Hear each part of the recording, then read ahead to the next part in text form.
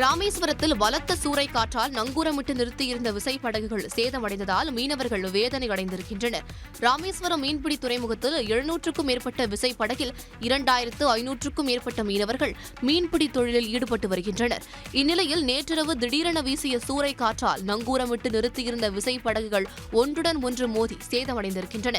தூண்டில் வளைவு இல்லாத காரணத்தால் தான் படகுகள் சேதமடைந்து வருவதாக மீனவர்கள் கவலை தெரிவிக்கின்றனர்.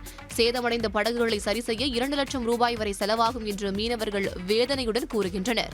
சேதமடைந்த படகுக்கு அரசு இழப்பீடு வழங்கி அந்த ஏழை மீனவனுடைய வாழ்வாதாரத்தை பாதுகாக்கணும்.